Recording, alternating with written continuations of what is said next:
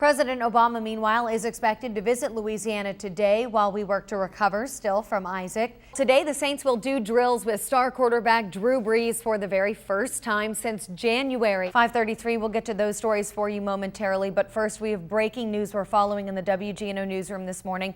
If you can look closely at your screen, you will see a large black plume of smoke.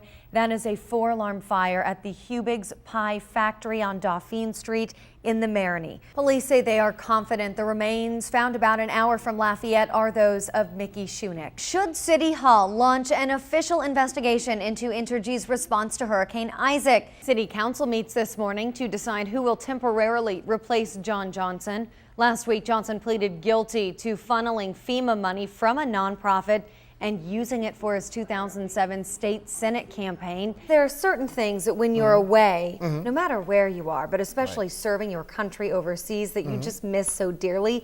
And this is one of those things that we can do, that we can send our troops to remind them of home a little bit. Well, it will be next week until we find out if the tolls for the Crescent City connection will be extended. Preseason already underway, right? Game 2 is tonight. The Saints are taking on the Patriots. Wildlife Response Services will test the oil samples to find out exactly where that oil came from. The Army Corps of Engineers says studies from Hurricane Isaac will help design a new levee in St. John Parish. Now, one of the big issues possibly still hanging in the balance this morning is the renewal of the tolls on the Crescent City connection. Controversy is heating up at the property assessor's office yet again. It's expected to hit as a Category 1, but Hank is mentioning that it may be amped up to a Category 2 just based on what he is seeing. It's strengthening rapidly. A lot of the outages we're seeing are on the South Shore. We're talking about 141,000 people in Orleans Parish without power, 144,000 in Jefferson without power. So actually more folks in Jefferson Parish. Such a great event. Of course, it's not about the humans, although you will be out there having fun.